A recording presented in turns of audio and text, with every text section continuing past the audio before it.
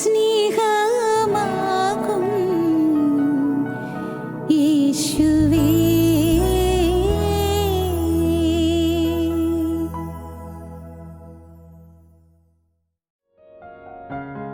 ഞങ്ങളും ക്രൂശിക്കപ്പെട്ട ക്രിസ്തുവിനെ പ്രസംഗിക്കുന്നു. ദൈവ തിരുനാമത്തിൻ്റെ മഹത്വം ഉണ്ടാകട്ടെ. സംഖ്യാപുസ്തകം 20-ാം അധ്യായം 22-ാം വാക്യം മുതൽ. പിന്നെ ഇസ്രായേൽ മക്കളുടെ സർവ്വസഭയും കാദേശിൽ നിന്ന് യാത്ര പുറപ്പെട്ട് ഹോർ പർവ്വതത്തിൽ എത്തി. ഏദോം ദേശത്തിൻ്റെ അതിരിങ്കലുള്ള ഹോർ പർവ്വതത്തിൽ വെച്ച് യഹോവ മോശയോട് അഹരോനോട് അരുളിച്ചെയ്തത്, അഹരോൻ തൻ്റെ ജനത്തോട് ചേരും. കലഹജലത്തിങ്കൽ നിങ്ങൾ എൻ്റെ കൽപ്പന മറുത്തതുകൊണ്ട് ഞാൻ ഇസ്രായേൽ മക്കൾക്ക് കൊടുത്തിരിക്കുന്ന ദേശത്തേക്ക് അവൻ കടക്കയില്ല. അഹരോനെയും അവൻ്റെ മകനായ എലയാസാറിനെയും കൂട്ടി അവരെ ഹോർ പർവ്വതത്തിൽ കൊണ്ടുവന്ന് അഹരോൻ്റെ വസ്ത്രം ഊരി അവൻ്റെ മകനായ എലയാസാറിനെ ധരിപ്പിക്കണം. അഹരോൻ അവിടെ വെച്ച് മരിച്ച് തൻ്റെ ജനത്തോട് ചേരും. യഹോവ കൽപ്പിച്ചതുപോലെ മോശ ചെയ്തു. സർവ്വസഭയും കാണുകെ അവർ ഹോർ പർവ്വതത്തിൽ കയറി. മോശ അഹരോൻ്റെ വസ്ത്രം ഊരി അവൻ്റെ മകനായ എലയാസാറിനെ ധരിപ്പിച്ചു. അഹരോൻ അവിടെ പർവ്വതത്തിൻ്റെ മുകളിൽ വെച്ച് മരിച്ചു. മോശയും എലയാസാരും പർവ്വതത്തിൽ നിന്ന് ഇറങ്ങി വന്നു. അഹരോൻ അവിടെ പർവ്വതത്തിൻ്റെ മുകളിൽ വെച്ച് മരിച്ചു. ഹോർ പർവ്വതം, യഹോവയുടെ പർവ്വതങ്ങൾ, അതായിരുന്നു നമ്മുടെ ചിന്താവിഷയം. ഓരോന്നോരോന്നായി നാം ധ്യാനിച്ചു വരികയാണ്. ഹോർ പർവ്വതം, മോശ നെബോ പർവ്വതത്തിൽ വെച്ച് മരിച്ചു. പക്ഷേ മോശ മരിച്ചത്, അടക്കിയത് എവിടെയെന്ന് ആർക്കും അറിഞ്ഞുകൂടാ. അഹരോൻ ഏതാനും നാൾ മുൻപ് 123-ാമത്തെ വയസ്സിൽ ഹോർ പർവ്വതത്തിൽ വെച്ച് മരിച്ചു. ആ വർഷം തന്നെ 120-ാമത്തെ വയസ്സിൽ മോശ നെബോ പർവ്വതത്തിൽ വെച്ച് മരിച്ചു. എന്നേ തുടങ്ങിയതാണ് അവർ രണ്ടുപേരും ഒരുമിച്ചുള്ള ജീവിതം. എന്നേ തുടങ്ങിയത്, പിഞ്ചു കുഞ്ഞായി മോശ വീട്ടിൽ വളരുമ്പോൾ അന്ന് വീട്ടിൽ തൊട്ടടുത്ത ചേട്ടൻ അഹരോൻ 3 വയസ്സ് പ്രായം കൂടുതലുണ്ട്. ചോരക്കുഞ്ഞായി മോശ കഴിയുമ്പോൾ അന്ന് അഹരോന് 3 വയസ്സേ ഉള്ളൂ, കൊച്ചുകുട്ടിയാണ്. മിരിയാമിന് അന്ന് 6 വയസ്സുണ്ട്, പെങ്ങള്. ഈ 3 പേരും അങ്ങനെ സന്തോഷിച്ച് വളരുകയാണ്. പക്ഷേ 3 മാസം കഴിഞ്ഞപ്പോഴേക്കും ഈ ചോരക്കുഞ്ഞിനെ ഞാങ്ങണപ്പെട്ടിയിലാക്കി നീലനദിയിലൂടെ ഒഴുക്കി വിടേണ്ടി വന്നു. സ്വർഗത്തിലെ ദൈവത്തിൻ്റെ കാര്യപരിപാടി മറ്റൊന്നായിരുന്നതുകൊണ്ട് നീലനദിയിൽ തീർന്നു പോകാൻ ദൈവം അനുവദിച്ചില്ല. മോശയെ നീലനദിയിൽ നിന്ന് ഫറവോൻ്റെ പുത്രി രാജകുമാരി എടുത്തുകൊണ്ടുവന്നു, കൊട്ടാരത്തിൽ വളർത്തി. കൊട്ടാരത്തിൽ രാജകുമാരിയുടെ മകനെപ്പോലെ രാജകുമാരനായി വളർന്നു. അഹ്റോൻ എല്ലാം ആനന്ദവായ്പോടെ കണ്ടുകൊണ്ട് നിൽക്കുന്നുണ്ട്. സ്വന്തം സഹോദരൻ ഉയർന്നു വളരുന്നു, ഉന്നത സ്ഥാനത്ത് വളരുന്നു, സന്തോഷമാണ്. വലിയ പദവി, രാജാവായിത്തീരും, ആനന്ദമാണ്. കാലങ്ങൾ മുന്നോട്ട് പോയി. അപ്പോഴാണ് മോശ അഹരോനെയും അറിയിക്കുന്നില്ല. അന്ന് മോശയ്ക്ക് 40 വയസ്സ് പ്രായമാണ്, അഹരോന് 43 വയസ്സ് പ്രായമാണ്, മിരിയാമിന് 46 വയസ്സ് പ്രായമാണ്. അഹരോനെ അറിയിക്കുന്നില്ല, മിരിയാമിനെ അറിയിക്കുന്നില്ല, വീട്ടിൽ ആരോടും മിണ്ടുന്നില്ല. മോശ കൊട്ടാരം വിട്ട് ഓടി പോകേണ്ടി വന്നു. പോകുന്ന കാര്യം പറയാൻ പോലും സാധിച്ചില്ല. ജീവൻ അപകടമെന്ന് മനസ്സിലായി. പ്രിയപ്പെട്ടവരെ, അങ്ങ് മിദ്യാനിൽ പോയി പാർത്തു. പിന്നെ കുറേ കാലത്തേക്ക് ഈ മോശയെക്കുറിച്ച് കാര്യമായിട്ട് വിവരങ്ങളൊന്നുമില്ല അഹ്റോന്. നമുക്ക് വേദപുസ്തകം വായിക്കുമ്പോൾ അഹ്റോനും മോശയുമായിട്ട് ആ കാലങ്ങൾ കണ്ടുമുട്ടിയതിനെക്കുറിച്ചൊന്നും കാണുന്നില്ല. പക്ഷേ വീണ്ടും മോശ ഹോറേ പർവ്വതത്തിൽ വെച്ച്, സീനായ് മലയുടെ മുൾപ്പടർപ്പിൽ വെച്ച് ദൈവത്തിൻ്റെ അരുളപ്പാട് പ്രാപിച്ച് പുതിയ ദർശനത്തോടെ, പുതിയ കാഴ്ചപ്പാടോടെ, പുതിയ ശുശ്രൂഷയ്ക്കായി പുതുവീര്യത്തോടെ സീനായിൽ നിന്ന് തിരിച്ചു വന്ന് മിസ്രൈമിൽ വന്നു. ഫറവോൻ മോശയെ എതിരേറ്റു. നാം അങ്ങനെയാണ് തിരുവചനത്തിൽ വായിക്കുന്നത്. ഫറവോൻ മോശയെ എതിരേറ്റു. പിന്നെ അന്ന് മുതൽ പിന്നീടുള്ള 40 കൊല്ലം ഈ അഹ്റോനും മോശയും ഒരുമിച്ചാണ്. മോശയുടെ നാവാണ്, മോശയുടെ വാളാണ് അഹ്റോൻ. മോശ അഹരോനോട് ദൈവത്തിൻ്റെ അരുളപ്പാട് പറയും, അഹരോൻ ജനത്തെ അറിയിക്കും. എന്ത് അനുഗ്രഹീതമായ ശുശ്രൂഷയാണ്! ദൈവം മോശയ്ക്ക് കൊടുത്ത ശുശ്രൂഷയല്ല അഹരോൻ്റേത്, പക്ഷേ അതും ശ്രേഷ്ഠമായ ശുശ്രൂഷ തന്നെ. മോശയെ ഏൽപ്പിച്ച ശുശ്രൂഷയല്ല അഹരോന് കൊടുത്തത്. ആർക്ക് ഏത് ശുശ്രൂഷ കൊടുക്കണമെന്ന് സ്വർഗത്തിൽ നിത്യനായ ദൈവത്തിനല്ലേ അറിയാവൂ. നമുക്കാർക്കും നിർണ്ണയിക്കാൻ പറ്റുമോ? ഭൂമിയിൽ മനുഷ്യർക്കാർക്കെങ്കിലും അതിൻ്റെ പരിധി വയ്ക്കാൻ ഒക്കുമോ? മോശ അനുജനാണ്, അഹ്റോൻ ചേട്ടനാണ്. പക്ഷേ പ്രവാചക ശുശ്രൂഷ, ജനത്തെ അടിമത്തത്തിൽ നിന്ന് വിടുവിച്ച് കനാനിലെത്തിക്കുവാനുള്ള ശുശ്രൂഷ, അത് ദൈവം മോശയാണ് ഏൽപ്പിച്ചത്. അത്ഭുതങ്ങൾ പ്രവർത്തിച്ച്, അടയാളങ്ങൾ പ്രവർത്തിച്ച് മിസ്രയീമിലെ ഫറവോൻ്റെ ഉരുക്കുമുഷ്ടിയിൽ നിന്ന് ജനത്തെ വിടുവിക്കുവാനുള്ള തേജസ്സിൻ്റെ ശുശ്രൂഷ ദൈവം മോശയാണ് ഏൽപ്പിച്ചത്. പക്ഷേ അഹ്റോന് അതിലൊന്നും അന്ന് പ്രയാസമുണ്ടായതായിട്ട് കാണുന്നില്ല. പക്ഷേ ഇടയ്ക്ക് സംഖ്യാപുസ്തകം 12-ാം അധ്യായം വായിക്കുമ്പോൾ ഒരാവശ്യമില്ലാതെ ഒരു മണ്ടത്തരം കാണിച്ചു. അത് പെങ്ങൾ പറഞ്ഞ ആലോചനയ്ക്ക് പയ്യെ ഒന്ന് വഴിപ്പെട്ടു പോയി. മിരിയാം, അത് നമുക്കറിയാം. മിരിയാം അന്ന് ഈ അനുജനുമായിട്ട്, അതായത് അഹ്റോനുമായിട്ട് രഹസ്യമായൊരു സംസാരം മോശ കേൾക്കാതെ, മോശ അറിയാതെ. പ്രിയപ്പെട്ടവരെ, അത്രയ്ക്ക് ഒന്നിച്ചു കഴിഞ്ഞവർ അവിടെ ഒരാൾ അറിയാതെ മറ്റ് രണ്ടുപേര് സംസാരിക്കേണ്ട ആവശ്യമുണ്ടോ? സൂക്ഷിക്കേണ്ടതാണ്. ദൈവമക്കൾ ഓർത്തുകൊള്ളണം. പ്രിയപ്പെട്ടവരെ, ഈ ദൈവമക്കൾക്ക് പരസ്പരം രഹസ്യങ്ങൾ പാടില്ല. ദൈവമക്കൾക്ക് പരസ്പരം ഗൂഢാലോചന പാടില്ല. ദൈവമക്കൾക്ക് ഏഷണി പാടില്ല. പറഞ്ഞത് നോക്കിയാൽ വളരെ ന്യായമായ കാര്യമാണ് പറഞ്ഞത്. സംഖ്യാപുസ്തകം 12-ാം അധ്യായം 1-ാം വാക്യം മുതൽ വായിക്കുമ്പോൾ കാണാം, മോശ വിവാഹം കഴിച്ചിരുന്നത് ഒരു കൂശ്യസ്ത്രീയാണ് എന്നുള്ളത് കൊണ്ട് അഹ്റോനും മിരിയാവും മോശയ്ക്കെതിരായി പിറുപിറുത്തു. ദൈവം മോശയിൽ കൂടി മാത്രമേ സംസാരിച്ചിട്ടുള്ളൂ. മോശയുടെ ശുശ്രൂഷയാണ് ചോദ്യം ചെയ്തത്.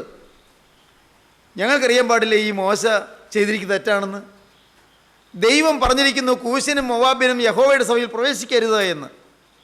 അങ്ങനെ ഇരിക്കെ ദൈവത്തിൻ്റെ കൽപ്പന പറഞ്ഞ അതേ നാവ്, മോശയുടെ നാവ്, അത് ദൈവത്തിൻ്റെ അരുളപ്പാട് പ്രസ്താവിച്ച ആ മോശ തന്നെ ഇപ്പോൾ ദാണ്ടെ കൂശിയ സ്ത്രീയെ വിവാഹം കഴിച്ചിരിക്കുന്നു. ഇതെന്ത് കഷ്ടം! ഇത് ശരിയോ? ദൈവം പ്രസാദിക്കുന്നതാണോ തോന്നുന്നത്? പരസ്പരം പറയുകയാണ്, കുറ്റാരോപണം, ഏഷണി പറയുകയാണ്. പ്രിയപ്പെട്ടവരെ, എനിക്കിത് വിശദീകരിപ്പാൻ ധൈര്യമില്ല, വിശദീകരിപ്പാൻ എനിക്ക് പേടിയാണ്. എൻ്റെ ദൈവത്തിൻ്റെ വലിയ നാമം മഹത്വപ്പെടട്ടെ. സൂക്ഷിക്കുക, കർത്താവിൻ്റെ അഭിഷിക്തന്മാർക്കെതിരായി ചിന്തിക്കുന്നതും സംസാരിക്കുന്നതും. ദൈവത്തിൻ്റെ മഹത്വമുള്ള ശുശ്രൂഷ ചെയ്യുന്ന, ദൈവത്തിൻ്റെ ശുശ്രൂഷകന്മാരെ ചോദ്യം ചെയ്യുന്നതും വിമർശിക്കുന്നതും സൂക്ഷിക്കുക. അപകടങ്ങൾ നാം ക്ഷണിച്ചു വരുത്തരുത്, നാം അപായങ്ങൾ നാം വിളിച്ചു വരുത്തരുത്. എന്തുപറ്റി? മിരിയാം കുഷ്ഠരോഗിണിയായി, അഹ്റോൻ അമ്പരപ്പിലായി. അഹ്റോൻ വലഞ്ഞു, അയ്യോ എന്തു ചെയ്യും? മിരിയാം കുഷ്ഠരോഗിണിയായി. 7 ദിവസം പാളയം മുന്നോട്ട് പോയില്ല. ഇസ്രായേൽ പാളയങ്ങൾ നിശ്ചലമായി. മിരിയാം പാളയത്തിന് പുറത്ത് താമസിക്കുകയാണ്.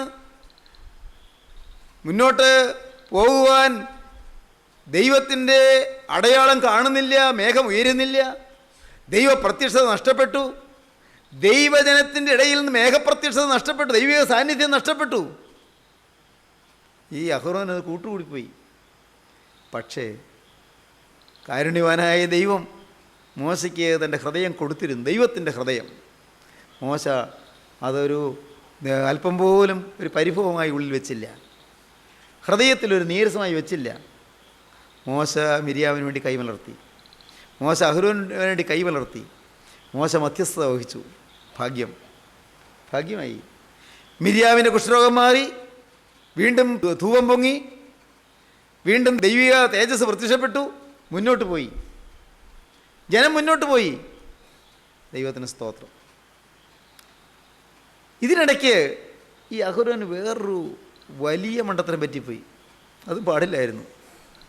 പുറപ്പാട് പുസ്തകം വായിക്കുമ്പോൾ കാണാം, 32-ാം അധ്യായം വായിക്കുമ്പോൾ കാണാം, വലിയ വിട്ടിത്തായി പറ്റിയത്. ചെറുതല്ല. ഒരു കാളക്കുട്ടി ഉണ്ടാക്കി, ജനം നിർബന്ധിച്ചു, ജനം പ്രേരിപ്പിച്ചു, ജനത്തിൻ്റെ പ്രേരണയാണെന്ന് അഹ്റോൻ പറഞ്ഞു. ശരി, പക്ഷേ ദൈവത്തിൻ്റെ മഹത്വമേറിയ ശുശ്രൂഷയിൽ ദൈവം ഉപയോഗിച്ച ദൈവവൈതൽ കാളക്കുട്ടിയെ വാർക്കാമോ? പാടില്ലായിരുന്നു. അഹരോൻ അതും ചെയ്തു. എത്ര പേരാണെന്ന് സംഹരിക്കപ്പെട്ടത്! ആ വിഗ്രഹാരാധനയിൽ പങ്കുചേർന്ന് കൂത്താടി കളിച്ച ഇസ്രായേൽക്കാർ എത്ര പേരാണ് സംഹരിക്കപ്പെട്ടത്! എന്ത് വലിയ ബാധയാണ് ഉണ്ടായത്! അഹരോൻ ഒരുവൻ മൂലം ഈ വലിയ ബാധ ജനത്തിനുണ്ടായി. പ്രിയപ്പെട്ടവരെ, എല്ലാം പിന്നെയും ദൈവം പുറത്ത്, ദൈവം ക്ഷമിച്ച്, ദൈവം യഥാസ്ഥാനപ്പെടുത്തി, മോശയോട് ചേർത്ത് നിർത്തി പിന്നെയും കൊണ്ടുപോവുകയാണ്. ദൈവത്തിൻ്റെ വലിയ നാമം മഹത്വപ്പെടട്ടെ. ഇപ്പോഴിതാ ഹോർ പർവ്വതത്തിൻ്റെ അതിരിങ്കിലെത്തി. ദൈവം മോശയോട് പറഞ്ഞു, അഹ്റോനെയും അവൻ്റെ മകനായ എലിയാസാറിനെയും കൂട്ടിക്കൊണ്ട് നീ ഹോർ പർവ്വതത്തിന് മുകളിലേക്ക് വരിക. അഹ്റോൻ അവിടെ വെച്ച് ഈ ഭൂമിയിൽ നിന്ന് മാറ്റപ്പെടും, മരിക്കും. അവൻ പൂർവികന്മാരോട് ചേരും, അവൻ പൂർവ്വ തലമുറയോട് ചേരും. അവസാനം അടുക്കുകയാണ്. അഹ്റോന് നിരാശയില്ല, അഹ്റോന് ഇപ്പോൾ ഭാരമില്ല. കാരണം അഹ്റോന് മനസ്സിലായി സ്നേഹവാനായൊരു ദൈവമാണെന്ന്, തെറ്റ് വന്നാലും പൊറുക്കുന്ന ദൈവമാണെന്ന്, ക്ഷമിച്ചു തരുന്ന ദൈവമാണെന്ന്. ദൈവത്തിൻ്റെ വലിയ നാമം മഹത്വപ്പെടട്ടെ. തെറ്റ് പറ്റി, വലിയ അക്ഷന്തവ്യമായ അപരാധമാണ് വന്നത്, പക്ഷേ ദൈവം ക്ഷമിക്കും എന്ന് അനുഭവം കൊണ്ട് മനസ്സിലായി. ആ ദൈവം എൻ്റെ അവസാനം കണ്ടിരിക്കുന്നു. അഹ്റോനൊരു മടിയുണ്ടായില്ല. സ്വന്തം അംശവസ്ത്രങ്ങൾ ഊരി, ശുശ്രൂഷാവസ്ത്രങ്ങൾ ഊരി അഹ്റോനത് സ്വന്തം മകൻ എലിയാസാറിനെ ധരിപ്പിച്ചു. ദൈവത്തിന് സ്തോത്രം. അഹ്റോൻ ഹോർ പർവ്വതത്തിൽ വെച്ച് മരിച്ചു. എന്നിട്ടോ ഹോർ പർവ്വതത്തിൽ വെച്ച് മരിച്ചു. തൻ്റെ പരേതരോട് ചേർന്നു ഈ ഭൂമിയിൽ നിന്ന് മാറ്റപ്പെട്ടു. മോശയും എലിയാസാരും അഹ്റോനെ അടക്കി. മോശയും എലിയാസാരും പിന്നീട് പർവ്വതത്തിൽ നിന്ന് ഇറങ്ങി വന്നു. ദൈവമക്കളെ, ഇവിടെയും ജീവിതത്തിൻ്റെ പര്യവസാനത്തെയാണ് നാം കാണുന്നത്. ജീവിതത്തിൻ്റെ അവസാനം എല്ലാം, ഈ ഭൂമിയിലുള്ളതെല്ലാം ഇവിടെ തീരുകയാണ്. ഞാനിത് ആവർത്തിച്ച് നിങ്ങളോട് പറയുമ്പോൾ എനിക്ക് ചില ആഗ്രഹങ്ങളുണ്ട്. ദൈവത്തിന് സ്തോത്രം. ചില ആശകളുണ്ട്. അത് ഞാൻ നിങ്ങളോട് പറയാൻ ഞാൻ ലജ്ജിക്കുന്നില്ല, ഞാൻ മടിക്കുന്നില്ല. ജീവിതത്തിൽ മരണത്തിൻ്റെ രുചി അറിഞ്ഞ ഒരു കുടുംബത്തിലാണ് ഞാൻ ജനിച്ചു വളർന്നത്. 5 മരണം നടന്ന വീടാണ് ഈ വീട്. ദൈവത്തിൻ്റെ വലിയ നാമം മഹത്വപ്പെടട്ടെ. സഹോദരങ്ങളെ, അത് 3 മരണം ഞാൻ ജനിക്കുന്നതിന് മുൻപ് അമ്മ പ്രസവിച്ച 3 കുഞ്ഞുങ്ങൾ മരിച്ചു പോയിരുന്നു. ഞാൻ ജനിച്ച് 1 വയസ്സായപ്പോൾ എൻ്റെ അപ്പൻ മരിച്ചു. ഞാൻ ജനിച്ച് 2 വയസ്സായപ്പോൾ ചേട്ടൻ മരിച്ചു. ദൈവത്തിൻ്റെ വലിയ നാമം മഹത്വപ്പെടട്ടെ. ഈ 5 മരണം മൂലം ഉറങ്ങിപ്പോയ വീടായിരുന്നു. ആരും തിരിഞ്ഞു നോക്കാത്ത വീടായിരുന്നു. ആരും നോക്കൂലായിരുന്നു, ആരും കയറി വരില്ലായിരുന്നു ആരെ കാണാൻ. എന്തിന്? അപ്പം മരിച്ചു, ആണും തുണുമായി. പിന്നെ ഈ 1 വയസ്സുള്ള അല്ലെങ്കിൽ 2 വയസ്സുള്ള ഞാനുണ്ട്, പിന്നെ അമ്മയുണ്ട്, എൻ്റെ പെങ്ങളുണ്ട്. ആരെ കാണാൻ വരണം? എന്തുണ്ട്? പ്രിയപ്പെട്ടവരെ, അനാഥരെ പോലെ കഴിഞ്ഞ കാലം, പേടിച്ച് കഴിഞ്ഞ കാലം. പുറത്തൊരു കാൽപ്പെരുമാറ്റം കേട്ടാൽ അമ്മ പേടിക്കും, അമ്മ വിറയ്ക്കും. അന്ന് ഇവിടെ എല്ലാം കാടല്ലേ, വനം പോലല്ലേ, കുഗ്രാമം, അപരിഷ്കൃതമായ പ്രദേശം. ദൈവത്തിൻ്റെ വലിയ നാമം മഹത്വപ്പെടട്ടെ. ഒരു ബസ്സൊന്നും ഇതിലൂടെ ഓടുന്നില്ല കാലത്ത്. അതൊക്കെ എത്രയോ കാലം കഴിഞ്ഞാൽ പിന്നെ ബസ് ഓടി തുടങ്ങിയത്. ദൈവത്തിൻ്റെ വലിയ നാമം മഹത്വപ്പെടട്ടെ. ഉറങ്ങിപ്പോയ വീട്, ഒരു ശബ്ദകോലാഹലങ്ങളുമില്ല, ഒന്നുമില്ല. ഈ കൃഷിയുള്ളത് കൊണ്ട് വേലക്കാർ വരും, അവർ വല്ലപ്പോഴും ചെറുതായിട്ട് സംസാരിക്കും, അത്ര തന്നെ. മിക്കവാറും അമ്മയുടെ ഏങ്ങലടികൾ. ഇതെല്ലാം കണ്ടും അനുഭവിച്ചും ഞാൻ വളർന്നു. ഞാൻ ഇതൊക്കെ പറയുമ്പോൾ നിങ്ങൾക്ക് വിരസത വരുമോ? പ്രിയപ്പെട്ടവരെ, എൻ്റെ ഉള്ളം നല്ലപോലെ അങ്ങ് തരളിതമായിട്ടാണ് ഞാൻ കാര്യങ്ങൾ പറയുന്നത്. ദൈവത്തിന് സ്തോത്രം.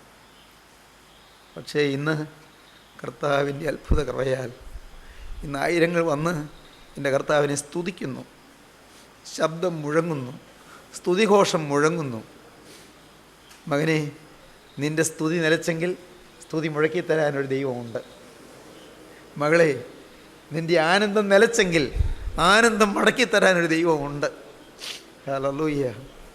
നിൻ്റെ പ്രിയപ്പെട്ട ഭർത്താവ് നിന്നെ അകാലത്തിൽ വേർപിരിഞ്ഞു പോയെങ്കിൽ നിന്നെ താങ്ങാൻ അദൃശ്യ കരങ്ങളോടെ അരുമോണവാളൻ വന്നിട്ടുണ്ട്. ഹല്ലേലൂയ. മാന്യസ്നേഹിത, നിൻ്റെ പ്രിയപ്പെട്ട ഭാര്യ നേരത്തെ നിന്നെ വിട്ട് അക്കരയ്ക്ക് നേരത്തെ വിശ്രമിക്കാൻ പോയെങ്കിൽ നിന്നെ തലോടാൻ, നിൻ്റെ കണ്ണുനീര് തുടയ്ക്കാൻ, നിനക്ക് കരബലം തരാൻ, നിനക്ക് കൈത്താങ്ങ് തരാൻ ഉടയവനായ യേശു കൂടെയുണ്ട്. ദൈവത്തിന് സ്തോത്രം. അപ്പൻ നഷ്ടപ്പെട്ടവർ, അമ്മ നഷ്ടപ്പെട്ടവർ, സ്വന്തം സഹോദരങ്ങൾ നഷ്ടപ്പെട്ടവർ, ഭാര്യ നഷ്ടപ്പെട്ടവർ, ഭർത്താവ് നഷ്ടപ്പെട്ടവർ, വിരഹ ദുഃഖത്തിൽ വേദനിച്ച് പൊളയുന്നവർ, വിയോഗ ദുഃഖത്തിൽ വലഞ്ഞ് ഉലയുന്നവർ ആരെല്ലാം ഈ വാക്കുകളെ കേൾക്കുന്നുണ്ട്? ഓർക്കൂ, ഞാൻ നിങ്ങളെ അനാഥരായി വിടുകയില്ല എന്ന് പറഞ്ഞ ക്രിസ്തു, ഞാൻ നിങ്ങളെ അനാഥരായി വിടുകയില്ല, ഞാൻ നിങ്ങളുടെ അടുക്കൽ വരുമെന്ന് യോഹന്നാൻ 14-ാം അധ്യായത്തിൽ പറഞ്ഞ ക്രിസ്തു ഇന്നും ജീവിക്കുന്നുണ്ട്. അവൻ നിങ്ങളെ സ്നേഹിക്കുന്നുണ്ട്. സ്നേഹിതാ, നീ ഒരിക്കലും പറയരുത് ഞാൻ ഒറ്റപ്പെട്ടു പോയി എന്ന്, എനിക്ക് ആരുമില്ല എന്നീ പറയരുത്. നിനക്ക് യേശുവുണ്ട് മകനേ, നിനക്ക് യേശുവുണ്ട്. മകളേ, നിനക്ക് യേശുവുണ്ട്. നിനക്ക് നാഥനുണ്ട്. നീ അപ്പനുള്ള മകളാണ്. യൗവനക്കാരാ, നീ അപ്പനുള്ള മകനാണ്. നീ ജീവനുള്ള ദൈവം ഉള്ളവനാണ്. ദൈവം നിൻ്റെ ഉള്ളിൽ വസിപ്പാൻ നീ വിട്ടുകൊടുക്കാമോ? നീ എത്രേ ഭാഗ്യശാലി. സ്വർഗത്തിലെ നിത്യനായ ദൈവം നിൻ്റെ ഉള്ളത്തിൽ വസിപ്പാൻ നീ ഏൽപ്പിച്ചു കൊടുക്കാമോ? നീയാണ് ഭാഗ്യശാലി. എനിക്ക് എൻ്റെ പ്രശ്നം കാണാൻ ആരുമില്ലല്ലോ എന്ന് നീ ചിന്തിക്കും. എൻ്റെ വേദന കാണാൻ ആരുമില്ലല്ലോ എന്ന് നീ ചിന്തിക്കും. എനിക്കൊരു കൈത്താങ്ങൽ തരാൻ എനിക്ക് ആരുമില്ലല്ലോ എന്ന് നീ ചിന്തിക്കും. എൻ്റെ പ്രതിസന്ധി കാണാൻ എനിക്കൊരു നല്ല വാക്ക് തരാൻ ആരുമില്ലല്ലോ എന്ന് ചിന്തിക്കും. മോനെ, ആരുമില്ലെന്ന് ധരിക്കുന്നവനോട് പറയും, ബാലിന് മുട്ടുമടക്കാത്ത 7000 പേരെ ഞാൻ എനിക്കായി ശേഷിപ്പിച്ചിരിക്കുന്നതെന്ന്. പണ്ട് ഏലിയാവ് പറഞ്ഞതാണ്. നമുക്ക് സമസ്വഭാവമുള്ള ഏലിയാവ് പറഞ്ഞതാണ്. ഏലിയാവ് നമുക്ക് സമസ്വഭാവമുള്ള മനുഷ്യനായിരുന്നു. ഏലിയാവ് പറഞ്ഞു, കർത്താവേ, ഞാൻ ഒരുവനല്ലേ ഉള്ളൂ. ഞാൻ ഒരാൾ മാത്രം ഈ ബാലിനെ സേവിക്കാതെ യഹോവയെ ആരാധിക്കാൻ ഒരുത്തനേ ഉള്ളൂ. ബാക്കി എല്ലാവരും ബാലാരാധനയല്ലേ. കർത്താവ് പറഞ്ഞു, നോക്ക്, നീ തെറ്റിദ്ധരിക്കണ്ട. ബാലിന് മുട്ടുമടക്കാത്ത 7000 ഞാൻ എനിക്കായി ശേഷിപ്പിച്ചിരിക്കുന്നു. സ്തോത്രം.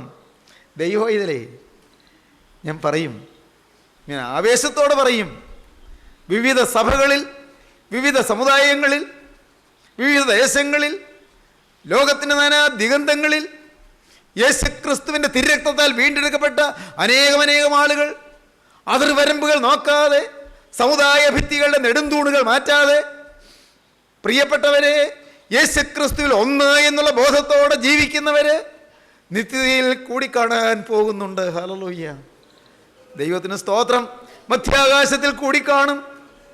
ഇവിടെ വെച്ച് പരിചയമില്ല, ഇവിടെ വെച്ച് കണ്ടിട്ടില്ല, ഇവിടെ വെച്ച് പരിചയമില്ല. അന്ന് അവിടെ വെച്ച് കൂടിക്കാണും. അന്ന് നയവാന്മാർ ഉയർക്കുന്ന നാളിൽ, പരിശുദ്ധന്മാർ ഉയർത്തെഴുന്നേൽക്കുന്ന നാളിൽ, ശരണത്താലേ നിൻ കൃപയിൽ മരണമടഞ്ഞൊരു ദാസരെല്ലാം അന്ന് ഒരുമിച്ച് ചേരും. ഇന്നുള്ളതെല്ലാം മാറി മറിഞ്ഞു പോവില്ലേ? എല്ലാം തീരില്ലേ? വിദ്യാഭ്യാസത്തിൻ്റെ ഗർവും ഡിഗ്രിയുടെ പ്രതാപവും പാണ്ഡിത്യത്തിൻ്റെ ഹുങ്കും എല്ലാം മാറടി മണ്ണിൽ ലയിക്കില്ലേ? ദൈവമക്കളെ, പണത്തിൻ്റെ പ്രതാപവും താടിമൂടി ഐശ്വര്യങ്ങളും സൗന്ദര്യത്തിൻ്റെ പകിട്ടും മൂടിയും ആഡംബര പ്രൗഢിയും എല്ലാം ഈ ആറടി മണ്ണിൽ തീരില്ലേ? ദൈവത്തിന് സ്തോത്രം. തീരാത്തതൊന്നുണ്ട് കേട്ടോ. ഹല്ലേലൂയ. തീരാത്തതൊന്നുണ്ട്. Jesus Christ the same yesterday today and forever. അവൻ ഇന്നലെയും ഇന്നും എന്നേക്കും മാറ്റമില്ലാത്തവൻ തന്നെ. ഹല്ലേലൂയ. ദൈവജനമേ, മാറ്റമില്ലാത്തവനായ ക്രിസ്തു അവനിന്ന് ജീവിക്കുന്നു. നിങ്ങളുടെ അടുക്കൽ വന്നിട്ടുണ്ട്, നിങ്ങളുടെ അരികത്തോടെ നടക്കുന്നുണ്ട്. സ്നേഹിത, നീ വിശ്വസിക്കൂ. അവൻ്റെ പട്ടുതൊങ്ങൽ, അവൻ്റെ തിരുവസ്ത്രത്തിൻ്റെ ആ പൊന്നു തൊങ്ങൽ നിന്നെ തൊട്ടുരുമി പോകുന്നുണ്ട്. നിനക്ക് എന്തൊക്കെ പറയാനുണ്ട് ഒക്കെ പറഞ്ഞോളൂ. അവനോട് എന്തൊക്കെ നിനക്ക് പറയാനുണ്ട്? നിൻ്റെ ഏത് പാവമാണ് മാറേണ്ടത്? കോപമാണോ? നിൻ്റെ വാശിയാണോ? നിൻ്റെ വൈരാഗ്യമാണോ? നിൻ്റെ നീരസമാണോ? നിൻ്റെ ദുശ്ശാഠ്യമാണോ? നിൻ്റെ അഹങ്കാരമാണോ? നിൻ്റെ ദ്രവ്യാഗ്രഹമാണോ? നിൻ്റെ സ്വാർത്ഥതയാണോ? നിൻ്റെ സ്വയമഹത്വമാണോ? സ്വയ പ്രശംസയാണോ? നിൻ്റെ സ്ഥാനമോഹമാണോ? ദൈവവേദനയെ നിനക്ക് എന്താണ് മാറാനുള്ളത്? തുറന്നു പറഞ്ഞുകൊള്ളൂ. അവനോട് എല്ലാം പറഞ്ഞുകൊള്ളൂ. എല്ലാം കേൾക്കാൻ അവിടെ നിൽക്കുന്നുണ്ട്, നിങ്ങളുടെ അരികത്ത് നിൽക്കുന്നുണ്ട്. കുടുംബത്തിലെ പ്രശ്നങ്ങളാണോ? ശരീരത്തിലെ രോഗമാണോ? കടത്തിൻ്റെ ഞെരുക്കമാണോ? ആപത്തുകളുടെ കൂട്ടമാണോ? അത്യാഹിതങ്ങളുടെ പരമ്പരയാണോ? ഒന്നു മാറി ദുരിതങ്ങളാണോ? കുഞ്ഞേ, നിനക്ക് എന്താണ് പറയാനുള്ളത്? എല്ലാം പറഞ്ഞുകൊള്ളൂ. കേൾക്കാൻ അത്യുന്നതൻ വന്നിട്ടുണ്ട്. അവൻ്റെ കരം നിൻ്റെ നേരെ നീട്ടിയിട്ടുണ്ട്. നിൻ്റെ നൊമ്പരങ്ങൾ ഏറ്റെടുക്കാൻ അവൻ വന്നിട്ടുണ്ട്. നിൻ്റെ ഭാരങ്ങൾ പേറാൻ അവൻ വന്നിട്ടുണ്ട്. അധ്വാനിക്കുന്നവരും ഭാരം ചുമക്കുന്നവരുമായുള്ളവരെ എല്ലാവരും എൻ്റെ അടുക്കലേക്ക് വരികയും ഞാൻ നിങ്ങളെ ആശ്വസിപ്പിക്കുമെന്ന് പറഞ്ഞുകൊണ്ട് അവർ തൃക്കരം നീട്ടുന്നുണ്ട്. ഇന്ന് അവൻ്റെ കരത്തിലേക്ക് കൊടുത്താൽ അന്ന് അവൻ്റെ കരത്തിൽ വിശ്രമിക്കാം. ഹല്ലേലൂയ. ഇന്ന് അവൻ്റെ കരത്തേക്ക് ജീവിതം കൊടുത്താൽ അന്ന് അവൻ്റെ കരത്തിൽ വിശ്രമിക്കാം. ദൈവജനമേ, നിങ്ങൾ എന്ത് പറയുന്നു? കൊടുക്കാമോ? തലകൾ വണക്കാൻ നമുക്ക് പ്രാർത്ഥിക്കാം. കാരുണ്യവാനെ, സ്നേഹവാനെ, അൻപുള്ള പിതാവേ, ഈ നല്ല ദിവസത്തിനായി സ്തോത്രം. അവിടുത്തെ വചനങ്ങൾക്കായി സ്തോത്രം. നാഥ, അവിടുത്തെ നിറപടിയായ സാന്നിധ്യം തരുന്നതിനായി സ്തോത്രം. നിന്റെ ഈ പ്രിയമക്കളെ അനുഗ്രഹിക്കുന്നതിനായി സ്തോത്രം. രോഗികളെ സൗഖ്യമാക്കുന്നതിനായി സ്തോത്രം. കർത്താവേ, ബന്ധനത്തിലിരിക്കുന്നവരെ വിടുവിക്കുന്നതിനായി സ്തോത്രം. ആകുലഭാരത്തിൽ വലയുന്നവരോട് മനസ്സിലയുന്നതിനായി സ്തോത്രം. എല്ലാവരെയും തഴുകുന്നതിനായി സ്തോത്രം. കർത്താവേ, അവിടുത്തെ രണ്ടാമത്തെ വരവിന് വേണ്ടി എല്ലാവരെയും ഒരുക്കണമേ. ഒരു ഉണർവ് ഞങ്ങളുടെ മധ്യത്തിൽ പകരണമേ. ആത്മീയ ഉണർവിന്റെ തീജ്വാല ആളി പടരണമേ. എല്ലാവരെയും തീപ്പൊരി സ്പർശിക്കണമേ. മഹത്വ രക്ഷകൻ മാത്രം എടുക്കണമേ. യേശുവിൻ നാമത്തിൽ തന്നെ.